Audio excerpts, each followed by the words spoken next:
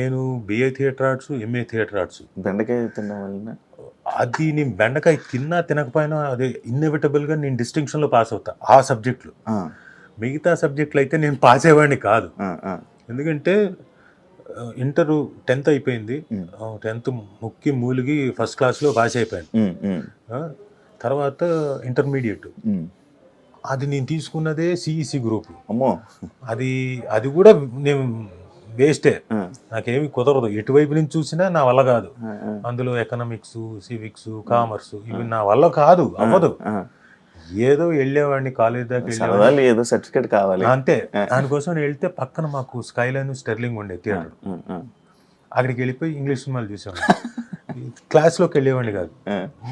మధ్యలో మాత్రం అప్పుడప్పుడు అటెండెన్స్ ఉండాలి కాబట్టి అలా వెళ్ళి వచ్చేవాడిని. సో మొత్తానికి ముక్కి మూలిగి 2nd క్లాస్లో పాస్ అయ్యాను. నా కోసమే అన్నట్టుగా తెలుగు యూనివర్సిటీలో first time BA theatre arts అనే కోర్స్ పెట్టారు. అంటే మామూలు ఎలాగైతే బిఏ ఉంటుందో అలాగే బిఏ థియేటర్ ఆర్ట్స్, థియేటర్కి సంబంధించి అంటే యాక్టింగ్, థియేటర్, దీనికి సంబంధించి దాంట్లో డిస్టింక్షన్. నాకు తెలిసిన సబ్జెక్ట్ కదా, నేను చిన్నప్పటి నుంచి అందులో కోరుకున్నది పుట్టి పెరిగింది. నేను అలవోకగా ఆడుకుంటూ తిరిగింది. సో కాబట్టి అందులో డిస్టింక్షన్లో పైగా నాకు స్కాలర్షిప్. ఆ 3 ఏళ్ళు బిఏ అయిపోయింది. ఆ తర్వాత మళ్ళీ ఎంఏ థియేటర్ ఆర్ట్స్ జాయిన్ అయ్యాను. అది కూడా నాకు డిస్టింక్షను. తర్వాత అయితే జాయిన్ అయ్యేటప్పుడు